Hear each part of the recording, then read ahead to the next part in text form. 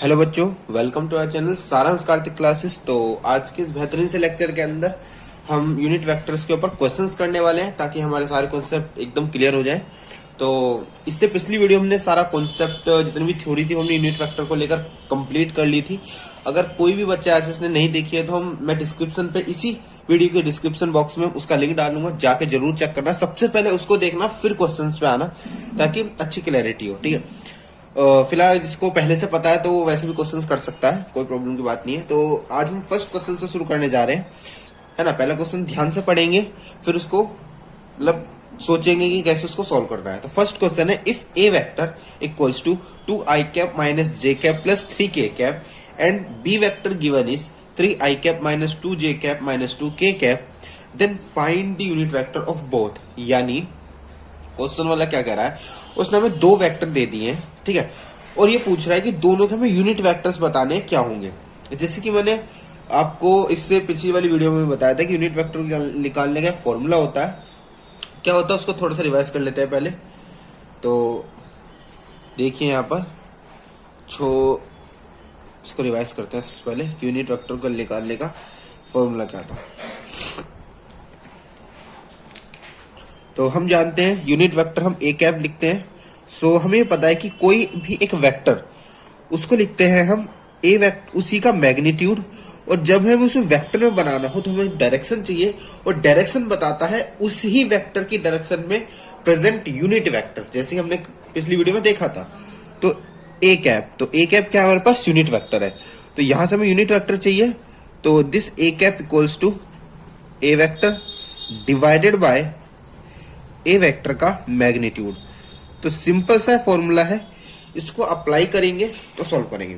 Now second question is कि sir आपने तो बता दिया था कि फॉर्मूला ये है, लेकिन हमें मैग्नीट्यूड निकालना तो आता ही नहीं, राइट। मैग्नीट्यूड निकालना तो आपने उस वीडियो में बताया नहीं था। तो कोई बात नहीं, यहां सीख लो। मैंने कहा था ना, कुछ टॉपिक्स ऐसे होते हैं, कुछ कॉन्सेप्ट ऐसे होते हैं कि हम क्वेश्चन के साथ सीखते हैं। तो अगर हमें किसी भी वेक्टर का मैग्नीट्यूड निकालना है, और मैंने आपको पहले बताया था कि यूनिट वेक्टर होते हैं basically I cap, J cap और के कैप, और वेक्टर्स हमारे इन्हीं को जोड़कर लिखे जाते हैं। और जरूरी नहीं है कि हर बार क्वेश्चन वाला क्या करे, जो वेक्टर दिए हो वो एक स्पेसिफिक डायरेक्शन में ही दे। लाइक जो भी हमारा वेक्टर है वो आई कैप में ही है या जे कैप में, वो दोनों में मिलाकर हो सकता है, राइट। मतलब उन दोनों के बीच में हो सकता है। तो उसकी पॉइंटिंग तो वही होगी ना, थोड़ी वो उस डायरेक्शन में, थोड़ा उस डायरेक्शन में, दोनों को मिला के आई कैप प्लस जे कैप। समझ आई नहीं कहानी। तो यूनिट वेक्टर ने हेल्प करी इसकी डायरेक्शन बताने के लिए। तो ऐसे हमें अगर मान लो लेट सपोज कोई भी वेक्टर गिवन है, ए या स्मॉल से लिखते हैं, ए I cap, B J cap, C K cap. Let suppose मेरे पास ये एक कोई वेक्टर है और हमें इसका मैग्नीट्यूड निकालना है। We have to find out the mode. तो हम एक सिंपल फॉर्मूला यूज करते हैं। हम क्या करते हैं, स्क्वायर रूट ऑफ इसके मैग्नीट्यूड का स्क्वायर, इसके मैग्नीट्यूड का स्क्वायर और प्लस इसके मैग्नीट्यूड का स्क्वायर। ये बात आपको मैंने वेक्टर पढ़ाते टाइम भी बताई थी कि हम जो नेगेटिव साइन लेते हैं ना, बेसिकली बहुत सारे केसेस में फिजिक्स के अंदर ये डायरेक्शन बताता है। और मैग्नीट्यूड एक ऐसी क्वांटिटी है जिसमें कोई डायरेक्शन का मतलब नहीं है, राइट। तो लेट्स सपोज अगर आपके पास कोई ऐसा वेक्टर भी आ जाता है कि A I cap minus B J cap plus C K cap, तो जब मैं इसका मैग्नीट्यूड लिखूंगा, तो यहां पे मैं नेगेटिव को इंक्लूड नहीं करूंगा, बिल्कुल भी नहीं करूंगा, ठीक है। सॉरी, मैं नेगेटिव को बिल्कुल भी इंक्लूड नहीं करूंगा। क्यों नहीं करूंगा? जाहिर सी बात है भाई, नेगेटिव तो डायरेक्शन बता रहा है ना। मतलब यहां से डायरेक्शन कैसे पता चलिए, कॉमन सेंस भाई। मतलब आई कैप की तो पॉजिटिव डायरेक्शन में है, और वाई मतलब जो वाई एक्सिस है हमें कोऑर्डिनेट चार्ट में, उसके नेगेटिव डायरेक्शन में है, और इसकी पॉजिटिव में है। तो कहीं ना कहीं नेगेटिव ने क्या बताई, डायरेक्शन बताई ना, तो हम इंक्लूड करेंगे ही नहीं। तो हमें सिर्फ मैग्नीट्यूड लिखना होगा। तो यहां भी हम जो फॉर्मूला बनाएंगे वो इस तरीके से बनाएंगे। समझ आ गई बात? क्लियर हुआ कॉन्सेप्ट? तो अब आते हैं हमारे क्वेश्चन पर। क्वेश्चन ऊपर थोड़ा सा निकाल लेते हैं। क्वेश्चन में हमें दो वेक्टर दिए थे, लिख लेते हैं उनको।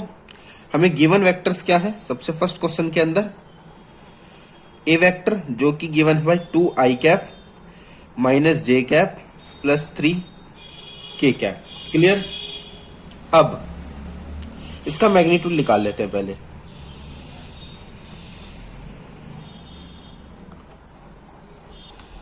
तो मैग्नीट्यूड होगा अंडर रूट ऑफ 2 का स्क्वायर क्या होगा 4 प्लस मैंने कहा नेगेटिव को इंक्लूड नहीं करेंगे, 1 का 1 होगा और 3 3 जा 9 होगा। और अब इसको ऐड करेंगे 5 प्लस 9 14 अंडर रूट। क्लियर।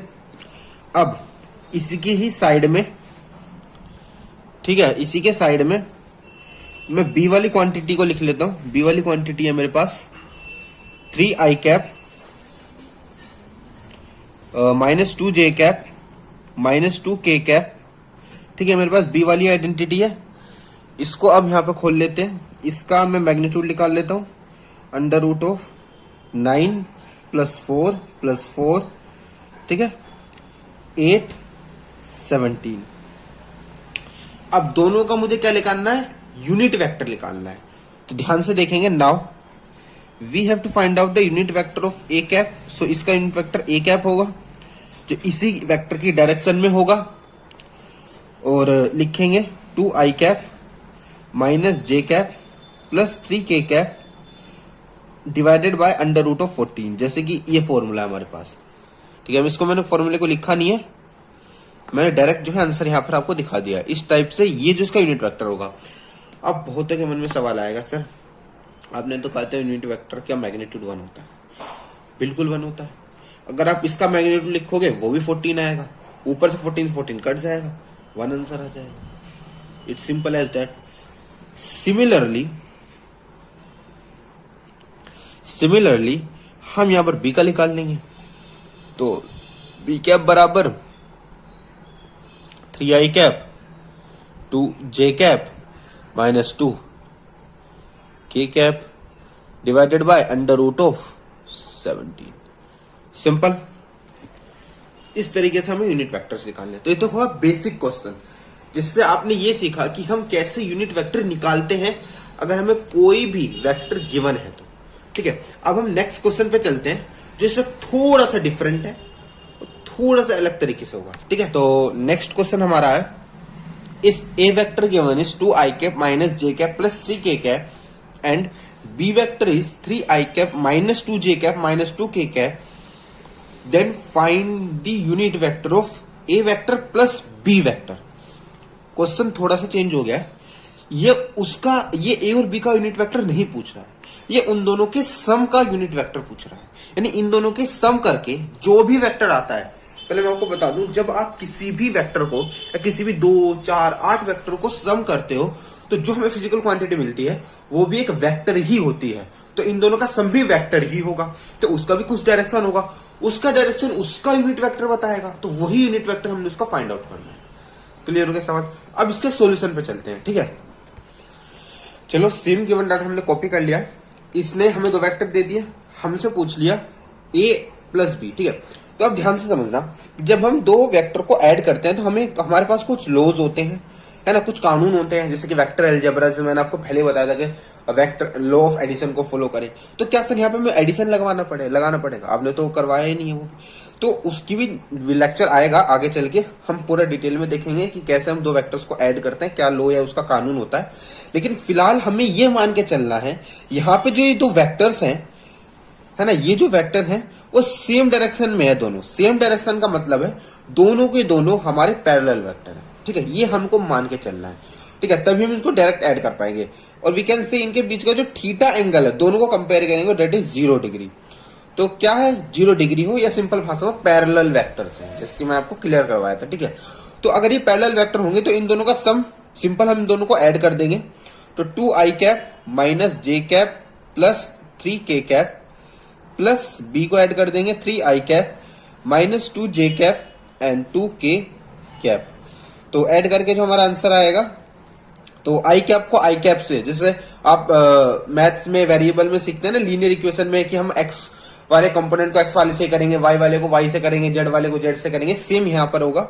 मतलब 2i कैप 3i कैप से ये ऐड होगा तो 5i कैप होगा। मतलब ये हमारा सॉल्व हो गया। अब ये minus, that is also minus, तो माइनस माइनस बिकम प्लस, तो 3j कैप। नाउ ये मतलब माइनस सॉरी प्लस ही आएगा क्योंकि प्लस का साइन बड़ा है, और k कैप आ जाएगा क्योंकि 3 में से 2 घटाओगे तो 1 बचेगा। सिंपल क्वेश्चन, ठीक है। तो अब हमारे पास इन दोनों का सम आ गया। सिंपल, अब हमें इनका यूनिट वेक्टर निकालना है, तो इन दोनों का यूनिट वेक्टर क्या होगा, ठीक है। तो लेट सपोज मान लो इस पूरे वेक्टर को मैंने लेट कर लिया मैंने यहां पर, सॉरी मान लो मैंने यहां पर लेट कर लिया, क्या लेट कर लिया कि C vector be equals to A vector plus B vector. मैंने ये चीज क्या कर ली, लेट कर ली, ठीक है। सिंपल, अब मैंने ये लेट कर लिया, तो यानी सी वेक्टर का भी जो वैल्यू होगी वो क्या होगी, 5i cap minus 3j cap plus k cap. Simple, अब हम इसका यूनिट वेक्टर निकाल लेंगे, यानी c cap equals to same vector पहले तो हम ऊपर लिख लेंगे, minus 3j cap plus k cap. अब इसका मैग्नीट्यूड लिख देंगे। मैग्नीट्यूड क्या होगा भाई, इसके जो मैग्नीट्यूड्स है ना इनका स्क्वायर, तो 5 का स्क्वायर 25 प्लस 3 का 9 प्लस 1। सिंपल इसको यहां पर सोल्व कर लेंगे और जो आंसर आएगा वो आपका इसका यूनिट वेक्टर होगा। सिंपल, इजी सवाल था, बहुत आसान था, मतलब थोड़ा सा चेंज हुआ था पर सवाल हार्ड नहीं था ओवरऑल, ठीक है ना, इजी सवाल था पूरा। तो इस तरीके से हम इस टाइप के सवाल को सॉल्व करेंगे, ठीक है। नाउ अब हम नेक्स्ट क्वेश्चन पे जंप करते हैं, फिर नेक्स्ट क्वेश्चन को देखते हैं वो हमसे आप क्या पूछना चाह रहा है। तो हमारा नेक्स्ट क्वेश्चन है find a vector in the direction of vector, यानी हमें एक ऐसा वेक्टर फाइंड आउट करना है, राइट, हमें एक ऐसा वेक्टर फाइंड आउट करना है in the direction of this vector, यानी जो इस वेक्टर की डायरेक्शन में हो, which has a magnitude of 8 units, जिसका 8 यूनिट मैग्नीट्यूड हो। तो देखो इस टाइप के सवाल में उसने डायरेक्ट नहीं पूछा कि आपको यूनिट वेक्टर का कॉन्सेप्ट यूज करना है, ठीक है। अगर आप फर्स्ट टाइम इस सवाल को पढ़ोगे तो आपको दिमाग में नहीं एकदम क्लियर होगा कि भाई हम यूनिट वेक्टर के कॉन्सेप्ट से सॉल्व करेंगे, कहीं भी इसने लिखा नहीं है, राइट। लेकिन आपको मैंने क्या एक कॉन्सेप्ट बताया था कि कोई भी अगर हमारा एक्स वाई जेड कोई भी वेक्टर है, उस वेक्टर की जो डायरेक्शन में कोई दूसरा वेक्टर है वो वही हो सकता है जो उसका यूनिट वेक्टर है। जाहिर सी बात है भाई, मान लो हर केसेस में नहीं हो सकता भाई, कोई दो वेक्टर हो, कोई भी दो वेक्टर हो, वो आपस में सेम डायरेक्शन में वो पैरेलल वेक्टर्स होंगे, ठीक है, मानता हूं मैं। लेकिन अगर हमें इस टाइप के सवाल को सोल्व करना है, क्योंकि हर बार तो कोई एक्स वाई जेड कोई भी वेक्टर किसी दूसरे वेक्टर के पैरेलल तो नहीं हो सकता ना, पर एक जो वेक्टर पैरेलल होगा हमेशा होगा वो उसका यूनिट वेक्टर होगा, जो ऑलवेज उस पर्टिकुलर वेक्टर के पैरेलल होगा। समझ आ रही है बात, ठीक है। यानी अगर इसने बोल दिया कि वो इस वेक्टर की डायरेक्शन में है, ठीक है, इस वेक्टर की डायरेक्शन में है, तो इसका मतलब यह है कि सबसे पहले तो हम यूनिट वेक्टर के कॉन्सेप्ट से हम यूनिट वेक्टर निकाल लेंगे, फिर मैग्नीट्यूड जो दिया है उसको दोनों साइड मल्टीप्लाई कर देंगे। मानता हूं यहां से एक नया ही वेक्टर है, ये हमारे पास एक नया ही वेक्टर है जो इसकी डायरेक्शन में है, लेकिन इसको सोल्व करने का तरीका वो वेक्टर को फाइंड आउट, यानी उस वेक्टर की वैल्यू को फाइंड आउट करने के लिए हम यूनिट वेक्टर का कॉन्सेप्ट निकालेंगे। आई होप आपको कैसे समझ आया होगा, ठीक है। एक बार देख लेते हैं सवाल को। चलो हमने सेम क्वेश्चन का गिवन पार्ट कॉपी कर लिया। अब हम देखते हैं, हमें सेम ही वेक्टर गिवन था, राइट, और हमें मैग्नीट्यूड 8 गिवन था, यानी हमारे पास कोई भी ये एक वेक्टर है, कोई भी ये हमारे पास कोई भी एक वेक्टर है, ठीक है। अब क्वेश्चन वाले ने क्या दिया हुआ है, एक और वेक्टर दिया हुआ है जो कि इसी की डायरेक्शन में है। तो इसी की अगर डायरेक्शन में है तो कहीं ना कहीं यूनिट वेक्टर भी तो इसी की डायरेक्शन में है। तो क्या इस वाले कॉन्सेप्ट से हम यूनिट वेक्टर का टॉपिक नहीं निकाल सकते, यूनिट वेक्टर को नहीं निकाल सकते? सबसे पहले यूनिट वेक्टर निकाल लेते हैं। तो ए कैप होगा 5i cap minus j cap plus 2k cap, simple as that. अब हम क्या करेंगे, इसका मैग्नीट्यूड नीचे लिखेंगे। सो 25 1 एंड देन 4 सॉरी 26 होगा, 26 प्लस 4 30। सो 5i cap minus j cap plus 2k cap upon में अंडर रूट ऑफ 30। क्लियर। अब इसने बोला है हमारे पास जो भी वेक्टर है उसका मैग्नीट्यूड 8 है। ठीक है, अब खुद कॉमन सेंस लगाओ।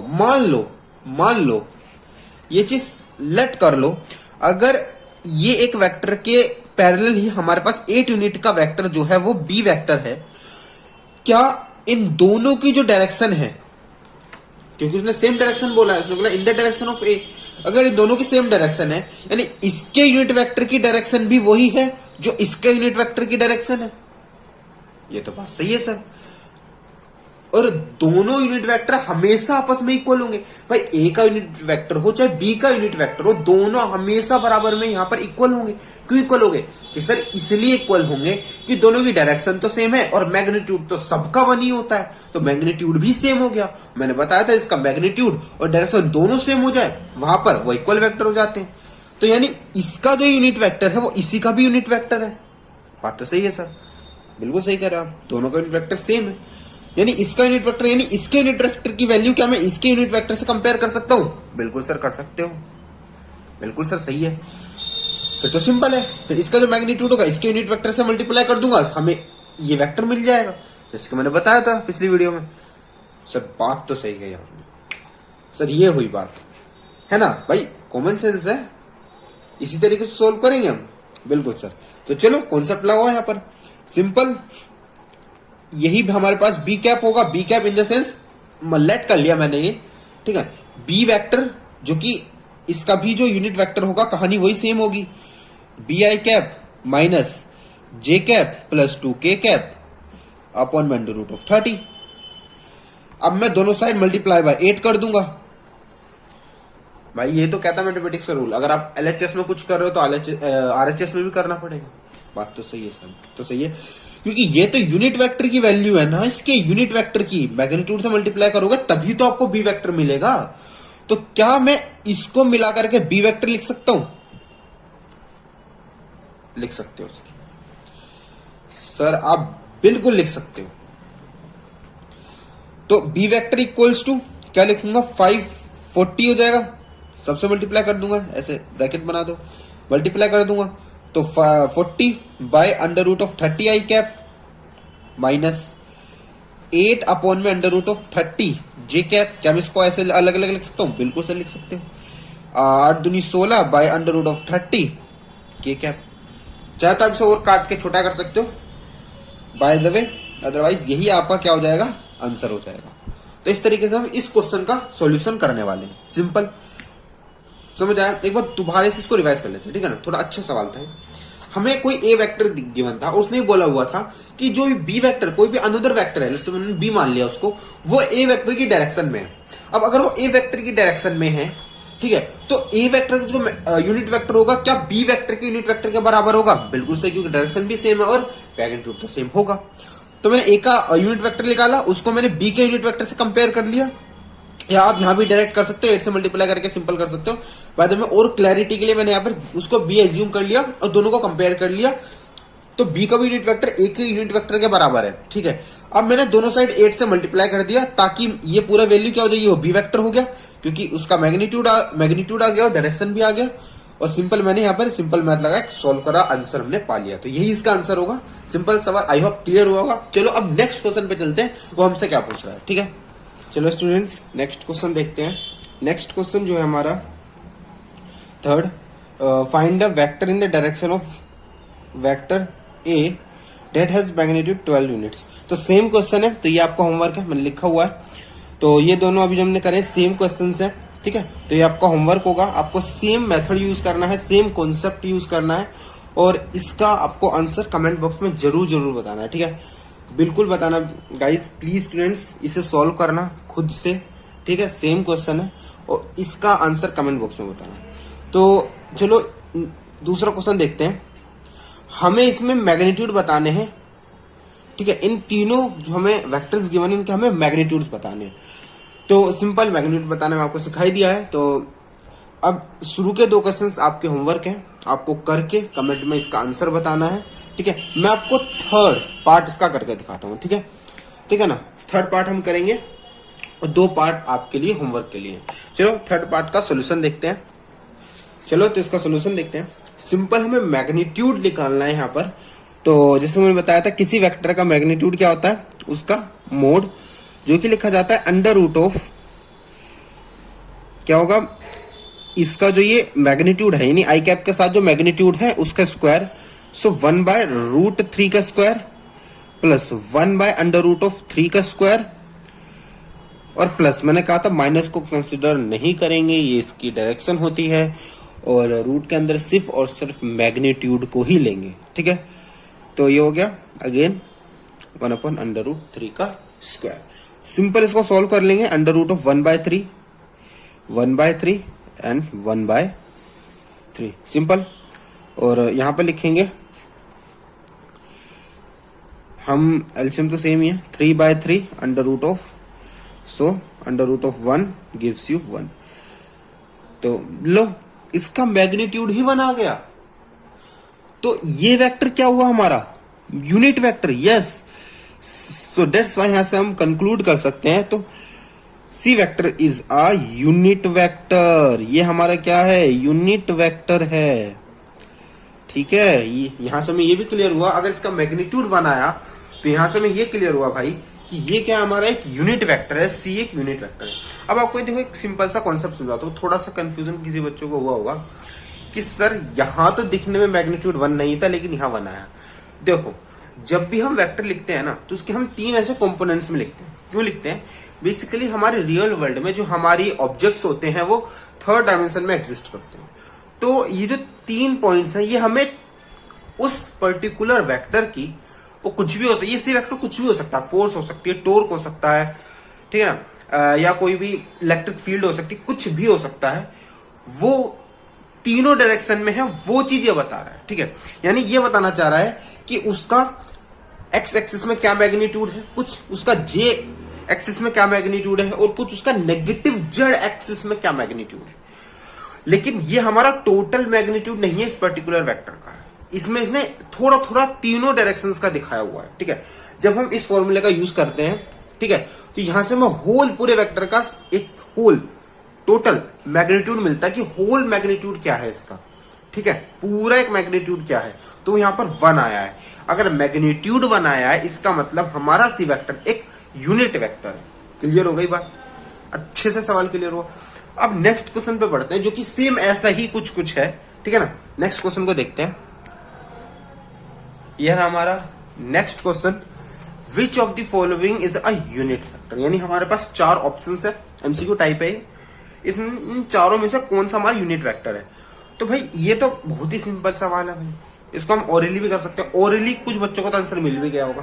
कैसे भाई, देखो हमें इनका मैग्नीट्यूड निकालना है। जैसे मैंने अभी पिछले सवाल में बताया कि ये इनके ना रेक्टेंगुलर कंपोनेंट्स होते हैं। बेसिकली हर पॉसिबल तीनों डायरेक्शंस में इनका जो थोड़ा थोड़ा मैग्नीट्यूड है, ओवरऑल मैग्नीट्यूड से पता चलता है कि उसका टोटल मैग्नीट्यूड क्या है उस पर्टिकुलर वेक्टर का। तो इसका क्या होगा, 1 और 1, तो 1 का स्क्वायर 1 का स्क्वायर 1, तो 1 1 प्लस 2 अंडर रूट ऑफ 2, 1 नहीं होता। Same under root of sine square plus 4 cos square, that is also b not. सेम ये कहानी है, यानी इसके अंदर मल्टीप्लाई करोगे तो 1/3 आई कैप प्लस 1/3 जे कैप। सो सिंपल है भाई, अंडर रूट ऑफ 1/3 का होल स्क्वायर प्लस 1/3 का होल स्क्वायर, सो 1/9 1/9, तो gives you 2/9 under root of 2/9। तो सिंपल आप सोल्व भी करते हो आगे चल के तो आपको आंसर नहीं मिलेगा, यानी 1 नहीं आएगा। लेकिन यहां आ जाएगा, क्यों, क्योंकि नेगेटिव हम कंसिडर नहीं करते। और cos square theta plus sine square theta under root of, और हमने ये पढ़ा है, और ये एक खुद में एक आइडेंटिटी है, बताता हूं। हम जानते हैं खुद में ये आइडेंटिटी है कि sign square theta equal, sorry, sign square theta plus cos square theta हमारा 1 के बराबर होता है। चाहे तुम इसे ऐसे लिख लो, cos square theta plus sine square theta 1 के बराबर होता है। ट्रिग्नोमेट्रिक आइडेंटिटीज है, सबको पता है भाई।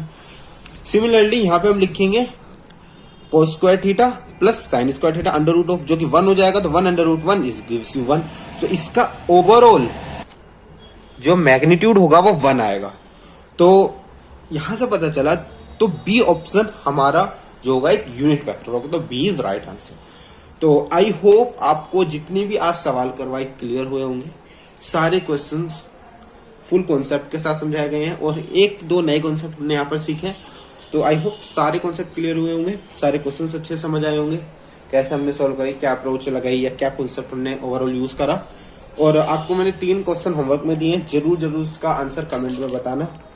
प्लीज रिक्वेस्ट करो, जरूर बताना, ताकि मुझे पता लग सके कि आपको पूरी कहानी क्लियर हो गई है। तो अब नेक्स्ट लेक्चर क्या होगा? नेक्स्ट लेक्चर हमारा होगा रेजोल्यूशन ऑफ वेक्टर, जो कि हमारा लास्ट टाइम रह गया था। रेजोल्यूशन ऑफ वेक्टर होगा, उसके बाद हम फिर वेक्टर अलजेब्रा देखेंगे, यानी उसमें हम एडिशन देखेंगे, फिर मल्टीप्लीकेशन का भी कॉन्सेप्ट आता है। तो स्लोली सारे कॉन्सेप्ट को क्लियर करेंगे। सबसे पहले आएगा रेजोल्यूशन ऑफ वेक्टर, उस पर कुछ सवाल एज वेल एज वो पूरा कॉन्सेप्ट, ठीक है। तो आज के लिए सिर्फ इतना ही। अगर आपको वीडियो अच्छी लगी तो लाइक करना, शेयर करना और ज्यादा से ज्यादा सब्सक्राइब करना अगर आप चैनल पे नए हो तो, ठीक है।